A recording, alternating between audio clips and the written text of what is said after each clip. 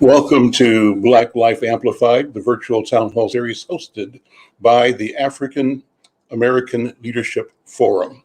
My name is Al McFarland and I'm with Insight News. Before we get started, I want to give a special thanks to our sponsors, the Minneapolis Foundation, Northpoint Health and Wellness, and Children's Minnesota for making this town hall possible. We also thank our community partner organizations, which include Northpoint and Children's Minnesota, Insight News, Gray Matter, and Minnesota Community Care. Be sure to visit the African American Leadership Forum Facebook page or YouTube channel to watch previous episodes of Black Life Amplified, and to make sure you like, comment, and subscribe to stay up to date on all future episodes. Today's episode is focused on First Independence Bank, Minnesota's Black-owned bank, and the various pathways for building wealth. Joining me today in our panel discussion, Adrienne Thornton. She's the Manager of Experience and Health Equity at Children's Minnesota. Hey, Adrienne. Hello. Marcus Owens is Executive Director of African American Leadership Forum. Adair Mosley, President and CEO, Pillsbury United Communities, and Damon Jenkins, who is the Vice President of First Independence Bank.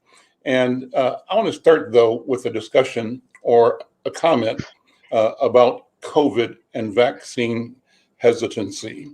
And I want to go to Adrienne. Adrienne, in your experience, how is our community attacking the question of COVID-19? What is it going to take for us to build trust within our families, and how we can deal with hesitancy about taking the vaccine? Adrienne, what do you think? So that's a loaded question, Al, but I'm going to try my best to answer it. First, how are we dealing with it? Not as well as we could be. People are hearing that, COVID cases are going down, which they are not. People still believe that they don't need the vaccine. They feel like if they take their herbs and their medications, they will be fine. They've made it this far without getting COVID, so it's not going to impact them. And then there are, the several myths that surround the COVID-19 vaccine. Unfortunately, COVID cases, the number of cases are increasing. And I can tell you that at Children's Minnesota, we are definitely seeing more children now than we've seen throughout this entire pandemic coming into our hospital with COVID. They're in our patient care units struggling to breathe. They are in our intensive care units fighting for their lives. And it's very sad. It is very sad to watch because we know what to do to prevent it, but we refuse to do it. We're not wearing the mask. We're not getting the vaccines, and we're the ones that are most severely being impacted. And I'm not sure what it's going to take for people to wake up and realize that, no one's trying to harm them. We're only trying to protect them, and that the only way we're going to get out of this is if we work together. Well, speaking of the vaccine, immunocompromised people are now being asked to get a third vaccine dose. Who should participate in a third dose? Those are people with specific diagnoses, and I won't list them off here just because there are several. It depends on, it's not just any diagnosis. There are specific diagnoses of patients who have a low immune system or a weakened immune system. And so, for instance, some people, not all, some people with certain types of cancers on that list. There are a lot of people who have a primary immune deficiency disorder. And what it means is even with the vaccine, their immune systems still are not strong enough to fight off the virus. And so, for instance, my son, who is 28, he is a special needs person, and he has a multitude of health disorders. He has kidney disease, he has heart disease, he's had multiple surgeries on his kidneys and his heart and his legs. And he also, on top of that, has an immune deficiency. And so he gets the flu shot every year. and every year he gets the flu. And that is because even with the flu shot, his immune system is not strong enough to completely fight it off. Why do we still get the flu vaccine?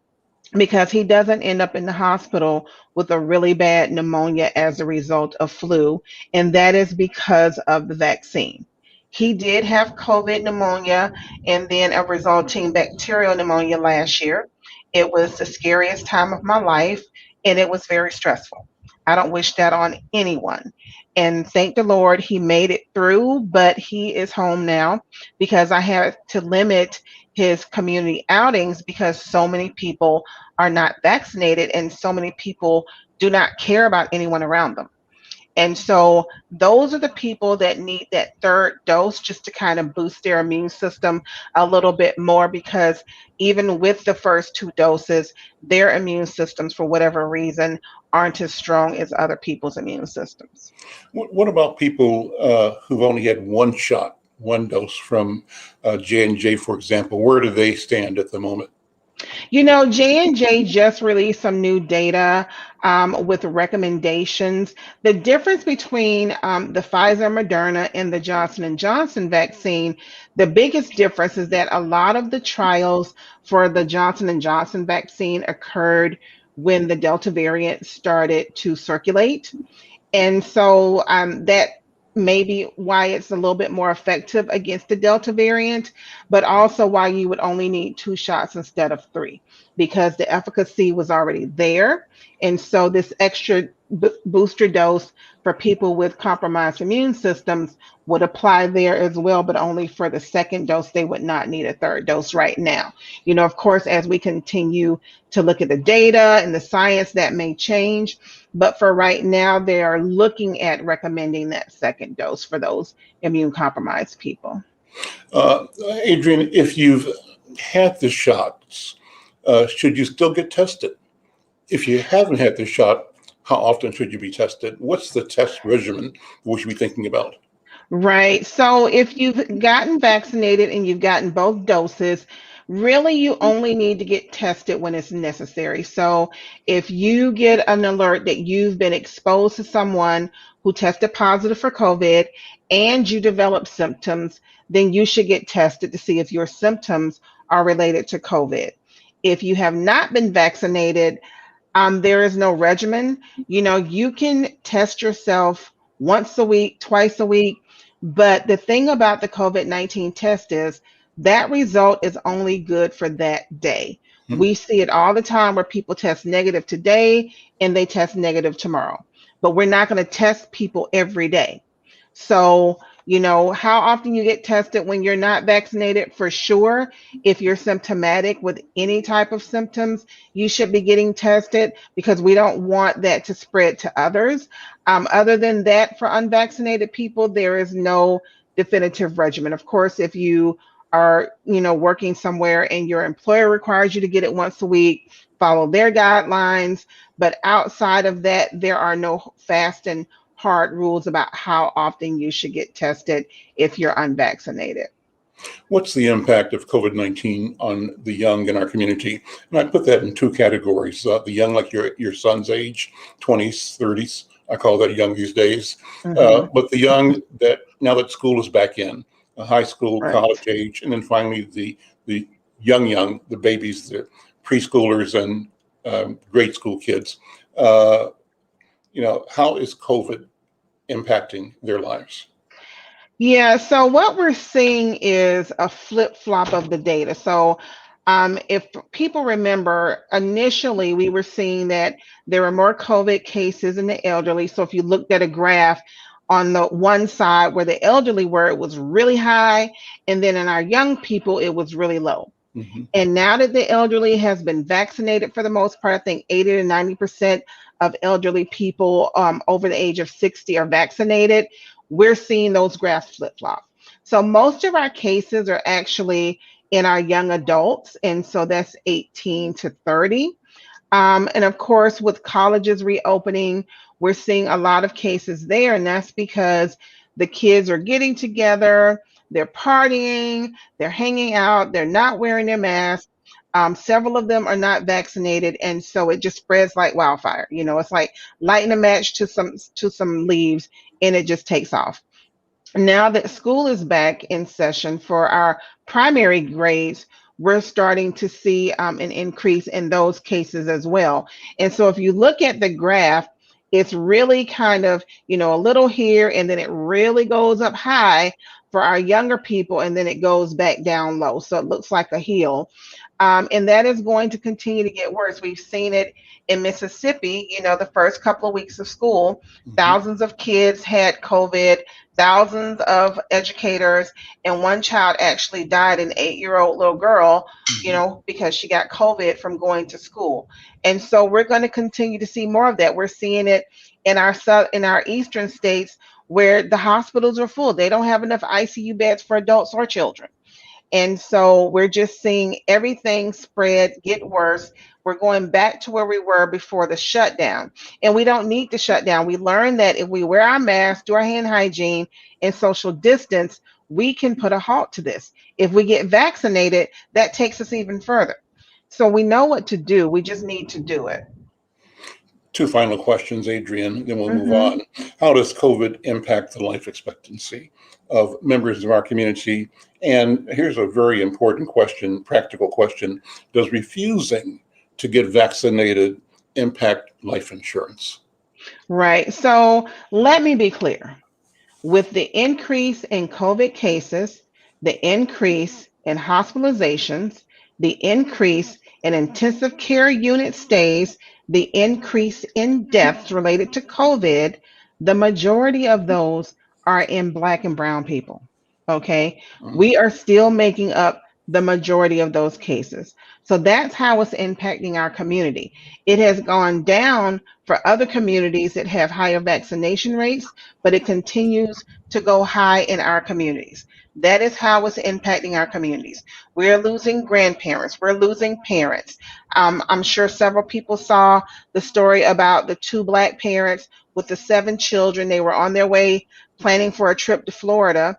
Before they could get to Florida, they got sick and ended up in the hospital, and they both died. And now their 7 children have no parents left, and they were thinking about getting vaccinated. They decided before the trip to get vaccinated, but thought, we'll wait till we get home to get vaccinated.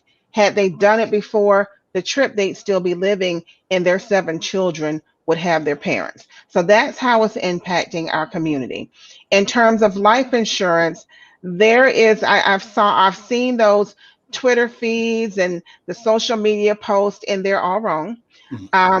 The COVID-19 vaccine has nothing to do with life insurance. Okay. And it is not experimental. It is an emergency approved vaccine. There was nothing skipped. None of the science was skipped. None of the steps in the process were skipped. What changed was that the United States and other countries with a lot of resources threw everything they had into development of this vaccine that we've been studying for decades. We've been studying this technology for decades since SARS was first introduced about 10, 12 years ago. And so the problem was we didn't have the money to push the production. We have the money. The government said, whatever it takes, get it done as quick as you can. And so literally we just open up the bank vault and let the scientists go in, get the money, and do what they needed to do. So there were no shortcuts. It's just that we provided the resources to get it done. Listen, this has been a wonderful beginning for this program. Great information, great background, and thank you so much. Let me say that there's a COVID grant that's available. The state of Minnesota has allocated $70 million in state funds for small businesses who have experienced financial hardship due to COVID-19, with special targeted funds for businesses owned by women, BIPOC, and veterans, and for micro enterprises, those with 6 employees or fewer. The application for these grants will be open from September 20th, a couple of days ago, through September 29th. The amount awarded is between $10,000 and $25,000. If you are a candidate, visit the Minnesota Employment and Economic Development website for more information. So that's important to know. And Adrian, thank you for your time. Let me bring Damon Jenkins up to the screen. Damon, this is kind of a cool segue because we talked about vaccine hesitation. Some would say that discussing life insurance and even discussing banking and money in a serious way are also taboo within the Black community. So how do you address, as a banker, any hesitancy among our people to understand finance, understand commerce, understand business, and to know and rely on institutions like First Independence Bank? And good afternoon, good to see you. Thanks, Al. Good afternoon or morning, and good to see you too. I think, first we have to bring the conversation back to the dinner table. Banking is a part of our lives, and it takes having fundamental disciplines and behaviors to be successful in it. So I think it starts there. And then I also think it starts with wellness, bringing back the partnership, or really deepening the relationship so you can show folks really that banking is advantageous, and also help folks grow in that space. I think about, the opportunity just for African Americans to have a banking relationship. If you just start there, as we get access to money, having a banking relationship really prevents you from paying a lot of fees and costs to just simply move your money and have access to your money. So I think the wellness piece, as you starting to partner and build those relationships, people will start to feel better. People will start to feel comfortable, and they'll really start to trust not just the banking system, but their banker as the person that's cultivating and leading that relationship.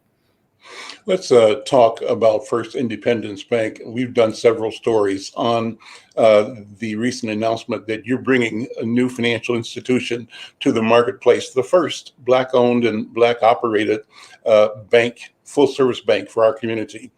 Kudos to you and to your team, your leaders out of Detroit, and kudos to the partnerships you form with other banking leaders in Minnesota to bring First Independence into a marketplace reality. But let me have you give people background on First Independence. It's a wonderful story, a wonderful organization, and how is it that it's coming to Minnesota right now? Thanks, man. And you are right. It is a wonderful story, and I'm just elated to be a part of it. First Independence Bank has been around for 51 years. It was established in 1970, shortly after the Detroit riot.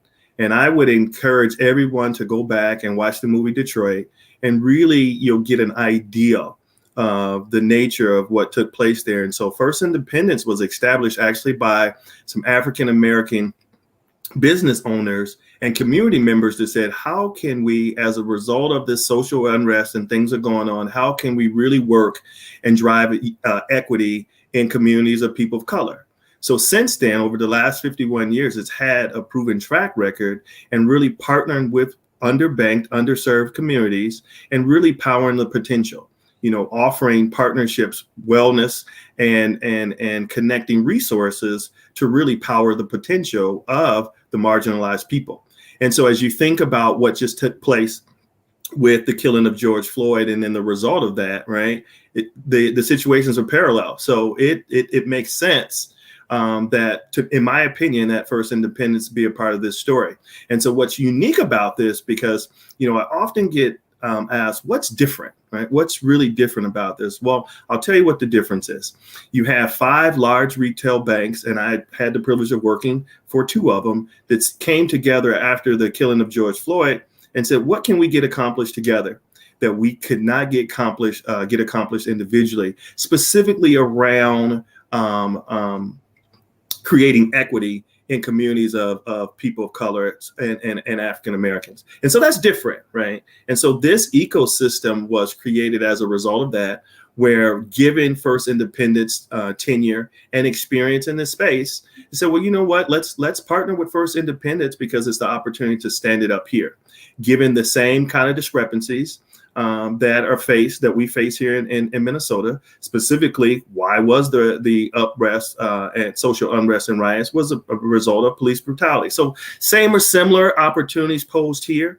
Then when you look at Minnesota having the largest housing ownership disparity in the nation as it pertains to Black or brown people. I mean, there was opportunity. The timing was right. And having this financial ecosystem is going to really create the opportunity for all of us to sit at the table and say, how do we really together look at creating opportunity, but more importantly, wedging some of these gaps that affect the lives of the communities of color. So we're going to dig deeper into the story of First Independence. I want to get some reactions, though. And I can tell you that at Insight News, we were elated, excited to learn about the coming of First Independence. And so I think that other institutions had the same reaction. And I'm going to have a chance to test that right now. I'm going to go to my friend Adair Mosley, who is the leader at Pillsbury United Communities. Adair, jump in here. What was your first reaction when you heard that First Independence was coming to town?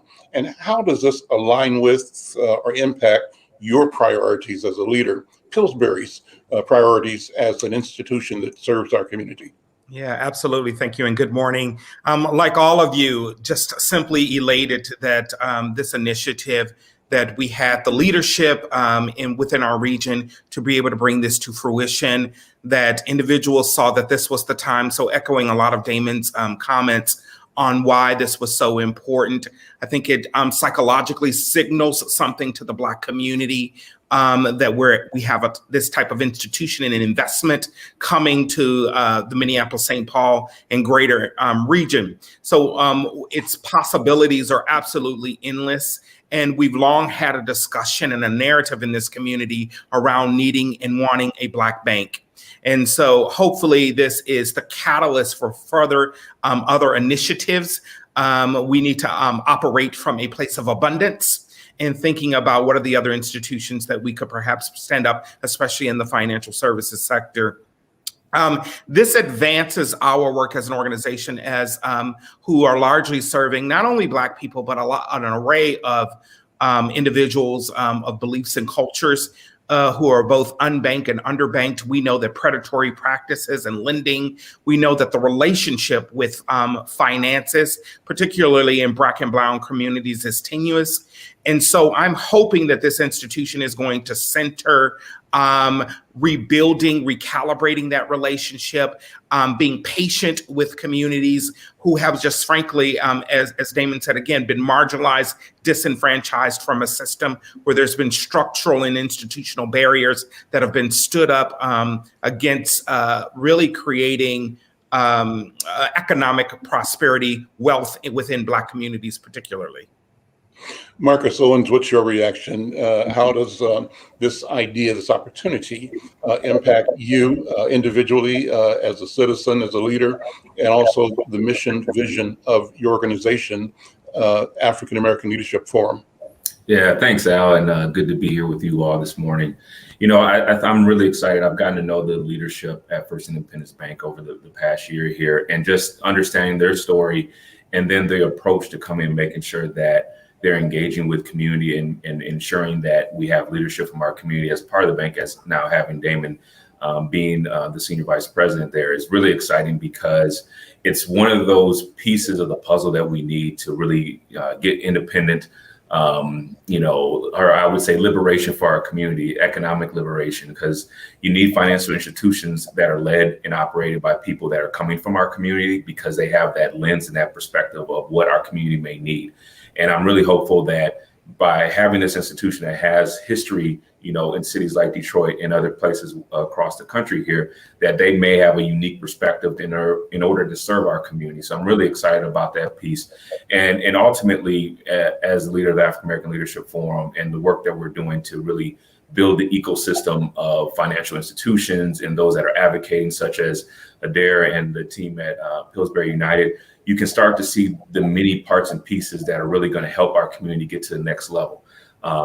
After this past year and a half and seeing what has happened to our community economically in particular, we need leaders like Adair and Damon to come in and others such as Dorothy Bridges and Aaron Horn McKinney, as well with the African American CDC and others across the Twin Cities region here, to really continue to step up and be invested in, so that we can work collectively together to get what we need to get done for our community.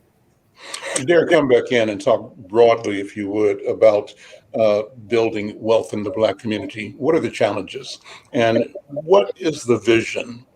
I believe that great days are ahead of us. I believe that we are continuing on a path of individual and family and community awareness, and a path of cooperation between and among us that we haven't seen for a while.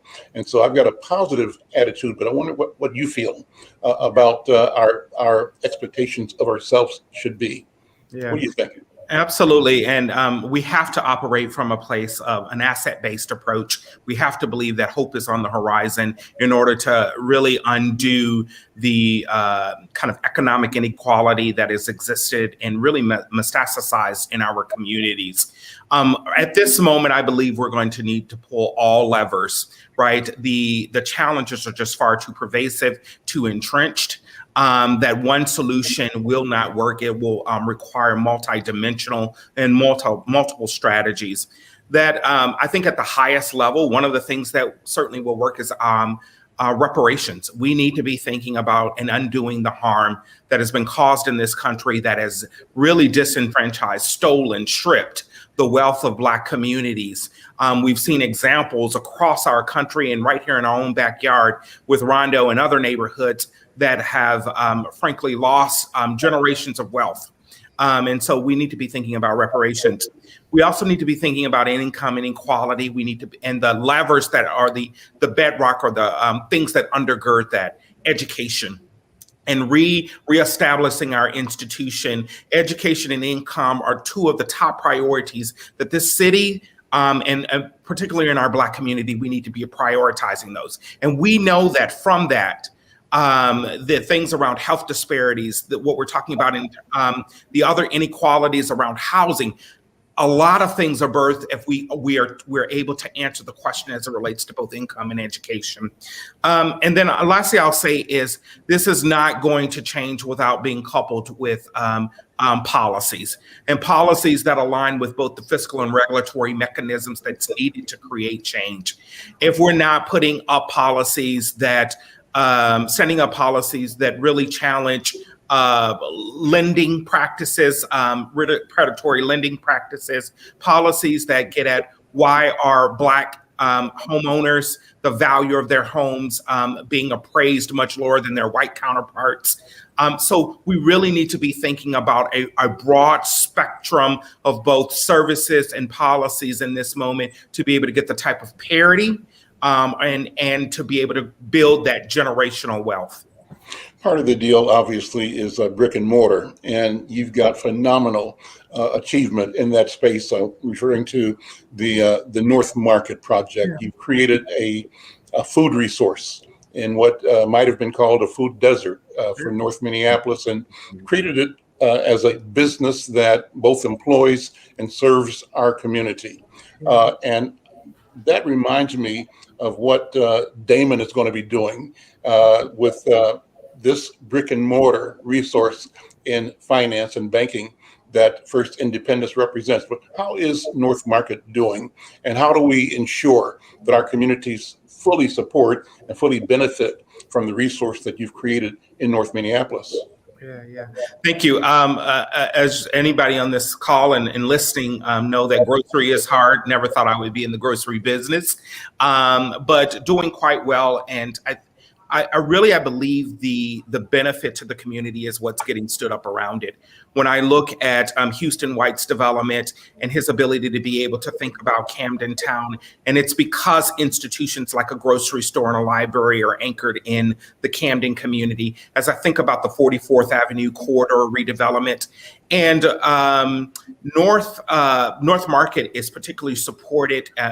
The thing that I hear the most from customers is its sense of pride that's been restored, the sense of dignity that's been restored in a community that should have the basic necessities like a grocery store. And because of that, it's thriving from both an economic standpoint and then also what it psychologically and physically does to the development of a community. I'm anxious to partner with an institution like First Independence as we've launched our Community Development Corporation, First Justice Built Communities. We've largely been thinking about land acquisition. We've acquired a property on West Broadway. We're in process of acquiring another property. And where the relationship with this bank will come in, because we want to be able to support Black entrepreneurs. We want to get businesses along our commercial corridor, and they will need a financial institution that they're in relationship with. And because we know one of the gaps to building that generational or that Black wealth is access to capital. And I think that this is going to require really innovative solutions. And that's where a partnership between a community-based organization and a financial institution can be critical to the support of Black entrepreneurs, where we can come in and be able to support or secure through philanthropic support so that the bank doesn't take all that risk. To be able to support these types of entrepreneurs. So I'm hoping, and from what I've heard from both Damon and the leadership at First Independence, that this type of creativity and us all coming together to make sure that our communities thrive is exactly what they're intending to do. Adrian, let me pivot back to you for a second. You know, health is a big business. I grew up with a grandma that would say, boy, mind your business. And she'd say that more than a double entendre, but in a way that was rich with meaning at multiple levels. And as an adult, I've heard her voice and I interpret it to say to myself and to our community, our health is our business. Our health is our business, and we have to mind our business.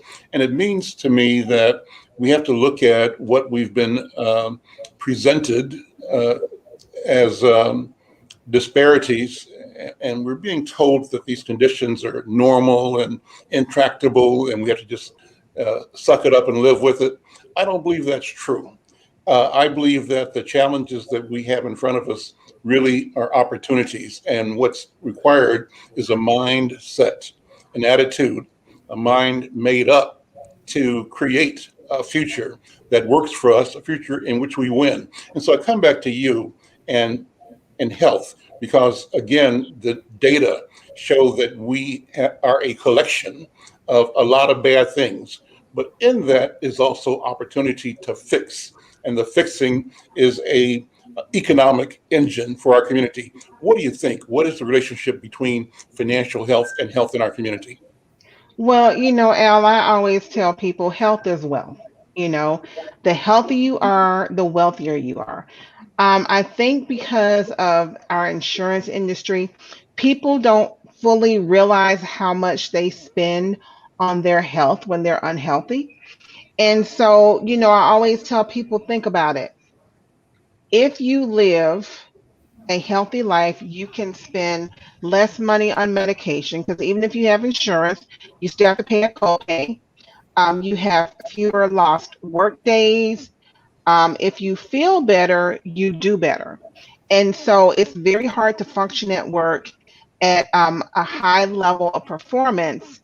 And especially if you're trying to get a promotion, how are you going to do that if you don't feel well? And so, you know, people have to realize that our health really does determine what our future wealth will be. You know, the longer you can live and work and retire and enjoy vacation, um, and even like things like vacation, if we don't vacation and support each other, then our businesses go under. So it's kind of like the circle of life, like Lion King. I'm a Disney fan, so you know, I always go back to Disney movies, but it is the circle of life. You know, we support each other more than anybody else does. If we're sitting in bed and we can't work and we don't have money, now we're having to borrow money or go and use other resources that could be used other places, but also we're not able to support each other. And so spend less money on medication, spend more money on oatmeal. You know, and I'm a classic example of that. I have some health issues, and I decided this year that my health would be a priority. And so my number one goal was to eat out less, even though I do frequent my Black-owned restaurants because they can cook. But literally, I eat more oatmeal so that I don't have to take more medication for high cholesterol. And it sounds simple, but it is that simple. Oatmeal costs less than medication. Why would I opt for medication when I can eat oatmeal? And you're absolutely right. Oftentimes, providers, and to no fault of their own, and it's not that they're necessarily targeting us. Sometimes, some of the physicians are, but they have guidelines, and the guidelines say if your patient walks in and their blood pressure is here, then you treat them with this. It doesn't say if you treat them with this and they're Black, they're more likely to have kidney disease, 10 years down the road. And all doctors aren't going to know that. So we have to take responsibility for knowing what we're taking, what we're doing, and what's good for our bodies. Because if you knew that the medication you're taking for your blood pressure is going to cause you to have kidney failure and be on dialysis in 10 years, what would you do? Would you keep taking that medication, or would you try to figure out what you can do from a diet and exercise perspective to fix that so that you don't have to take that medication? Again, health as well. The more money you spend in investing your health now, the more money you have down the road. Great comment. We're losing your signal. You're degrading every now and then, but I think we heard that clearly. Thank you so much. We'll return back to Damon. Damon, this has been a wonderful conversation. I think wonderful for you to hear these voices, but I want to also present your voice. And given the flow of this conversation, what do you think it's going to take for First Independence to win the trust of the Black community, in particular, the community in general? How are you going to do that? I think leveraging and leaning into what you've heard everyone talk about in regards to this ecosystem, where you have resources to connect people, whether it's banking, whether it's, nonprofit foundations, whether it's businesses, but really leveraging resources to meet people where they're at. I can't bank people unless they have access to money. And so, how do we really partner and think of ways to connect people to jobs, to get them into the workforce so then they can start to generate income. And then from there, I think what you're going to hear me continue to say this because I live it and I believe it. I just think it's wellness. Everything that we talked about, whether it's financial wellness, whether it's health wellness, whether it's education, right? Just wellness. How do we partner with you and get you to a point where you simply, as you now have access to money, you don't have to pay so much in fees and things to negotiate your money. And then once we get you there, how do we get you to a point of understanding that it's more important to save than what you're making. So then once we get you there, that'll start to satisfy some of those other areas of repairing credit and establishing credit. And then you get to a point where you do borrow, but when you borrow, you don't pay ridiculously interest rate charges because you're not credit worthy. And how do we become financially responsible? And I say that's a process. There's different phases to that. And I honestly feel that that's the key. And when those are done correctly, when it's done genuinely, that's going to create the relationships where the trust will come, right? The trust will come because people will see the benefit. They'll see that I'm here for the long run. And then understanding that in the banking business, no doesn't mean never. No means not now or not at this moment. And so how do we partner with that to get you ready, right? To get you financially responsible and capable beyond just being able to borrow, but then being able to borrow for cheap, beyond being able to even save money, but then we can talk about investments and really growing your money so you can really have one additional avenue towards wealth. Home ownership, get you there, and then maintaining a home, but then to the point of how do we still, along with that process, keep you connected where you understand that health as well. Unfortunately, people care more about their finances than their health. And so how do we keep that as a part of this journey as well? Because I want you around to be able to enjoy the fruits of your labor versus spending it all into Adrian's points into medical bills. So I love that analogy. It's cheaper to buy oatmeal than to buy medication. And so I think all those things collectively working together, Al, truly creates an opportunity to earn that trust.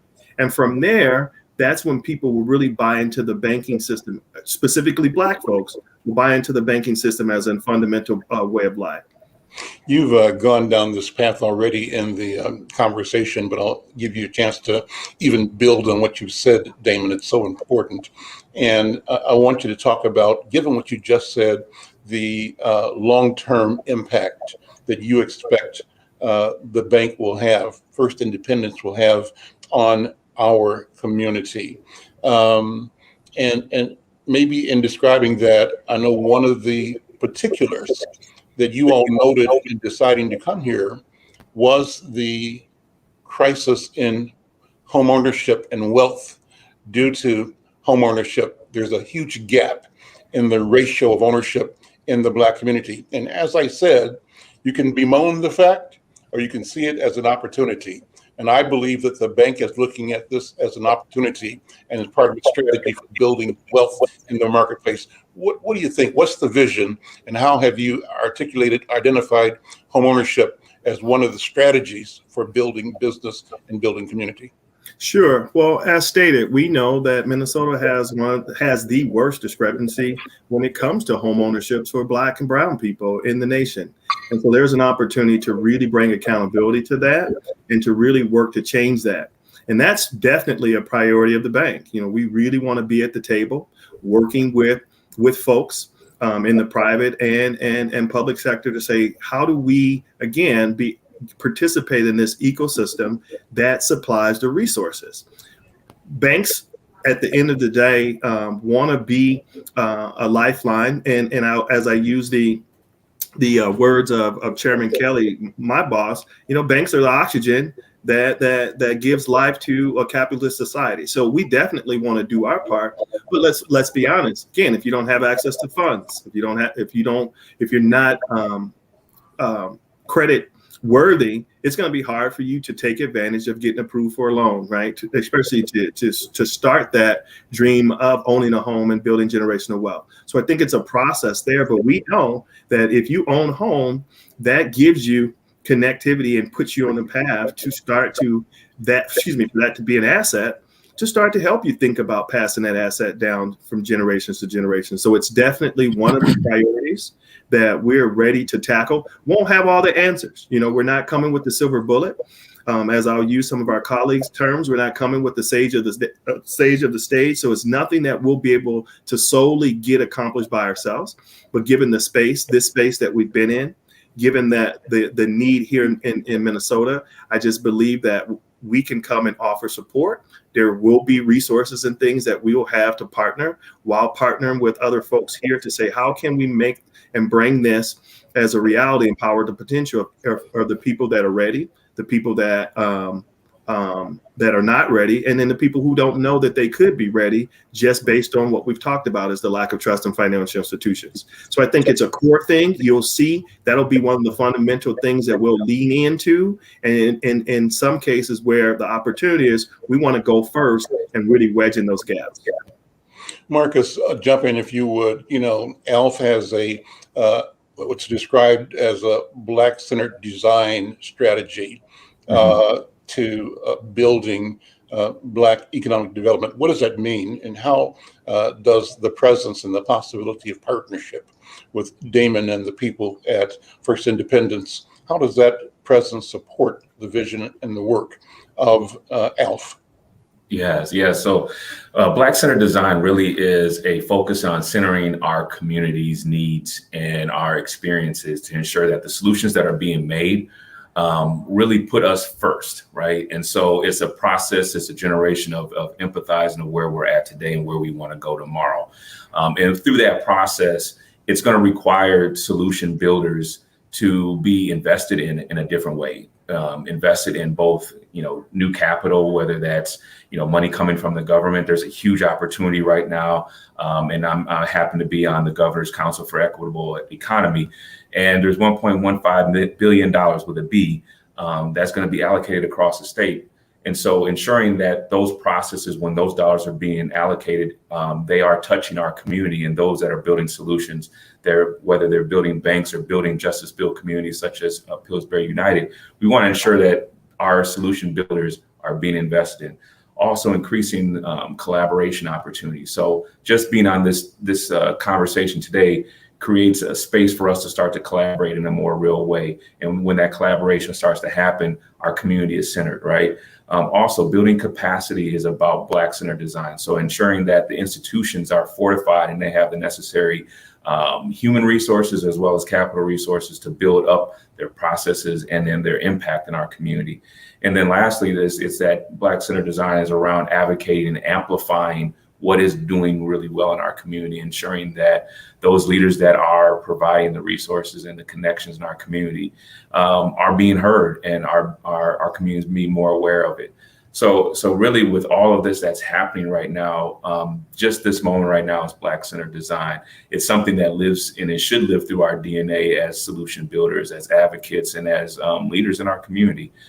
So I'm really hopeful that, having the addition of First Independence Banks gives us, a vehicle to put forth our wealth into a real way so that it expands across our community, whether that's increasing home ownership, whether that's increasing access to retail banking services, or minimally being more educated about the financial institution space and having people that we can trust, like Damon and the team that he's going to build, that's going to be locally here and from our community. I mean, I'm just really thrilled to be a part of this time right now, because we have a real opportunity to ride this wave of change and this awakening that people are having, to really, bring us to the forefront and get us to where we need to get to.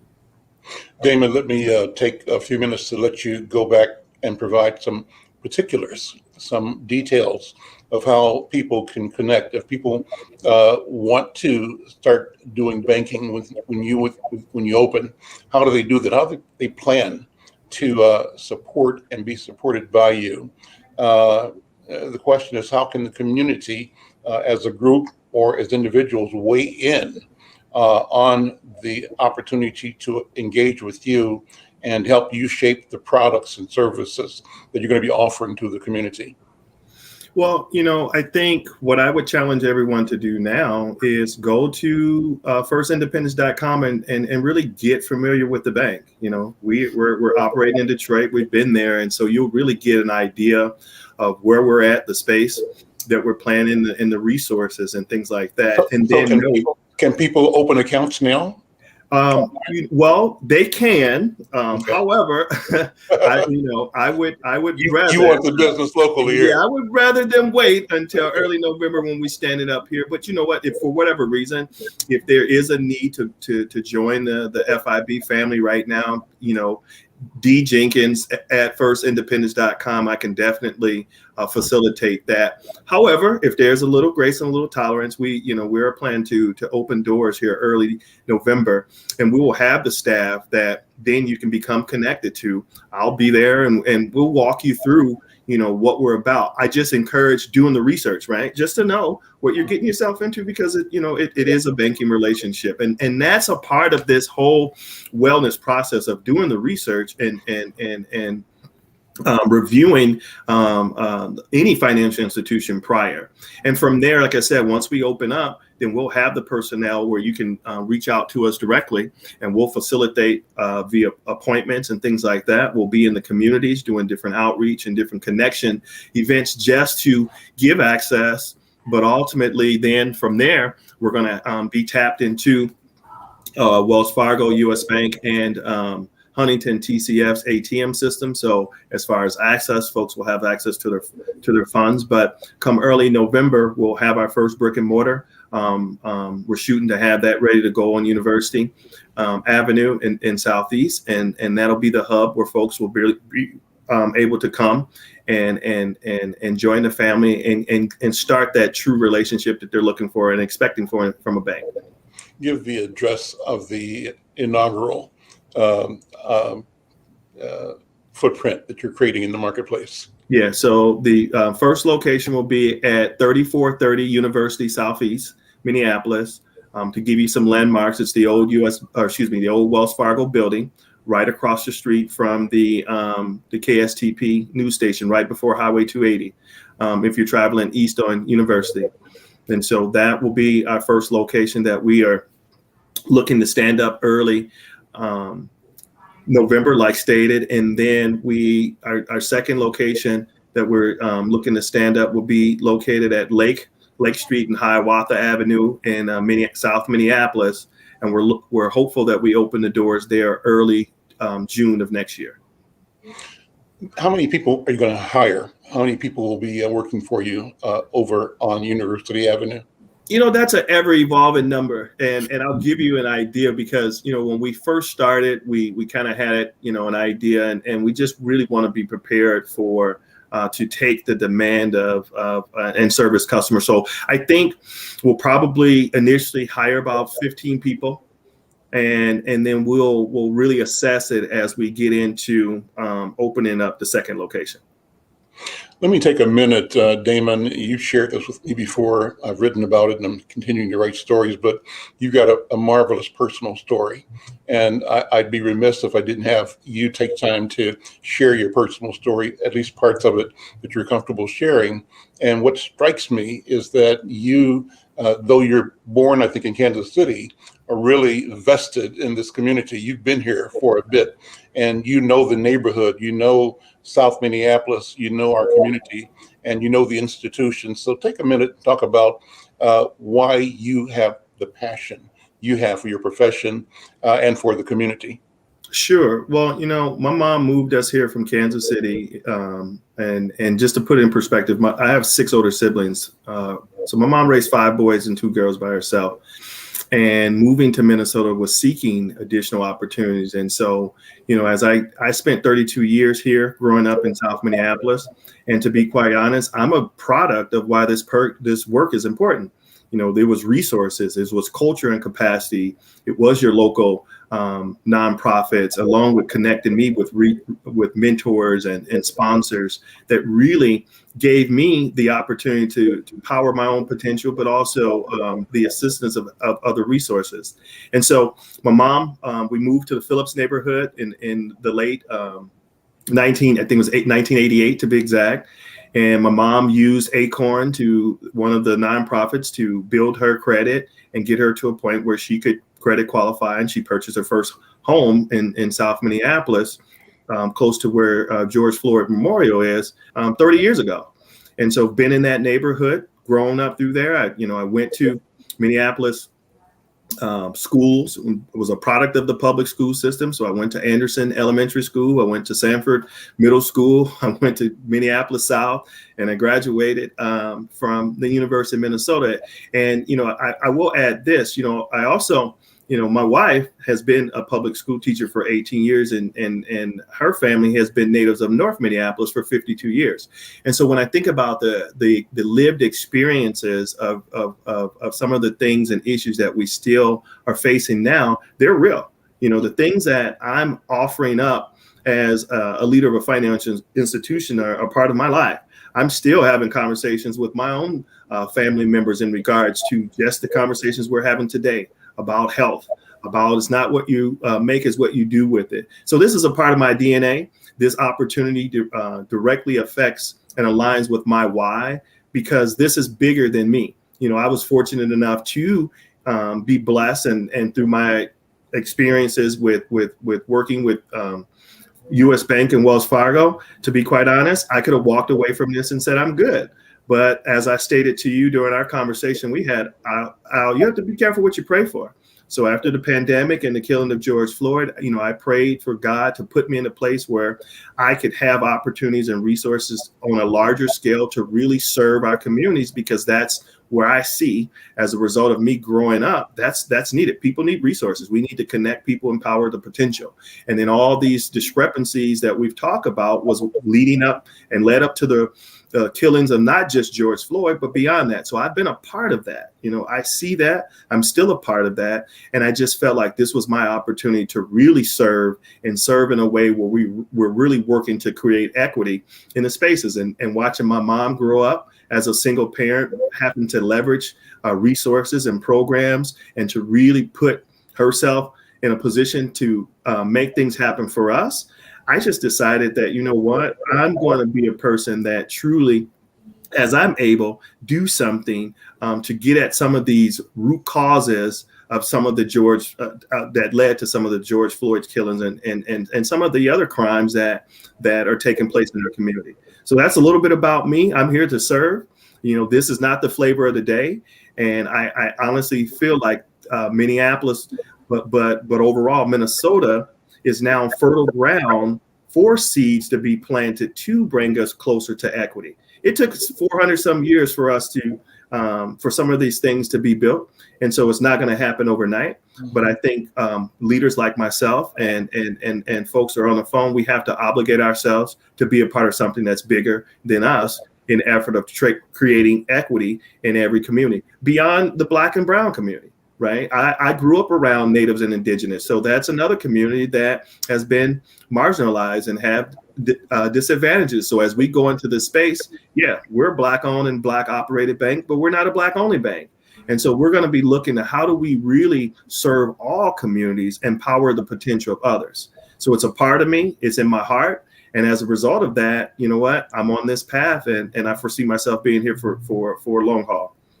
That's a wonderful line. Black owned, but not Black only.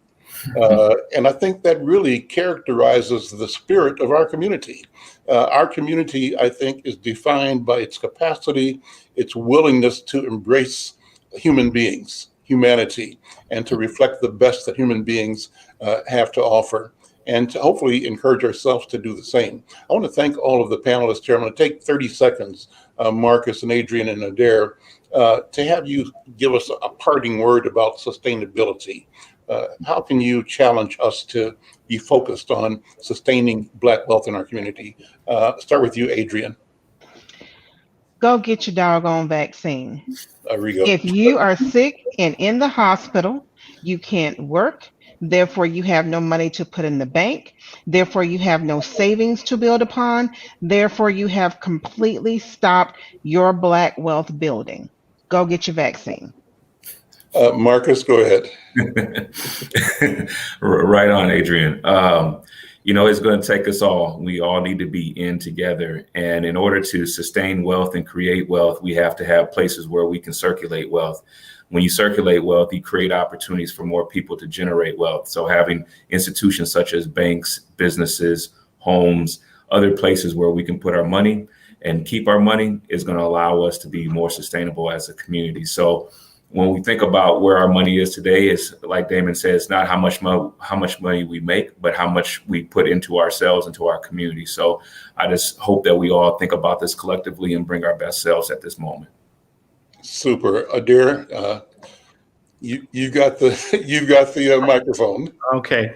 Well, here's what I believe is that we know we've been here before and we've seen it in various communities. We know that the central neighborhood of Minneapolis was a lot of Black homeowners who had economic prosperity. We know we saw small Black businesses in our community. So I believe we can get there again. And the foundation of that is going to be relationship with the institutions, frankly. Relationship is the currency. And the more we can bridge relationship, restore trust. And I believe First Independence is espousing that as part of its values, that is what's going to be able to sustain in educating our community on its relationship with finances will be the thing that sustains us into the future. I want to thank each of the panelists for your time and your commitment to our community. And we want to encourage community members to continue to get tested for COVID-19, especially if you've been out assembling in large crowds. We want to affirm to our Black community that your health matters and your narrative matters, and that we're committed to uplifting both through this program. You've been watching Black Life Amplified, the virtual town hall series brought to you by the African American Leadership Forum, Northpoint, Insight News, Gray Matter, Minnesota Spokesman-Recorder, and Minnesota Community Care. My name is Al McFarland, and I'm encouraging you to activate and lead in whatever way aligns with your interests, passions, skill set, and capacity. Give grace and loving accountability where needed. Have a great afternoon. We'll see you next time. Thank you.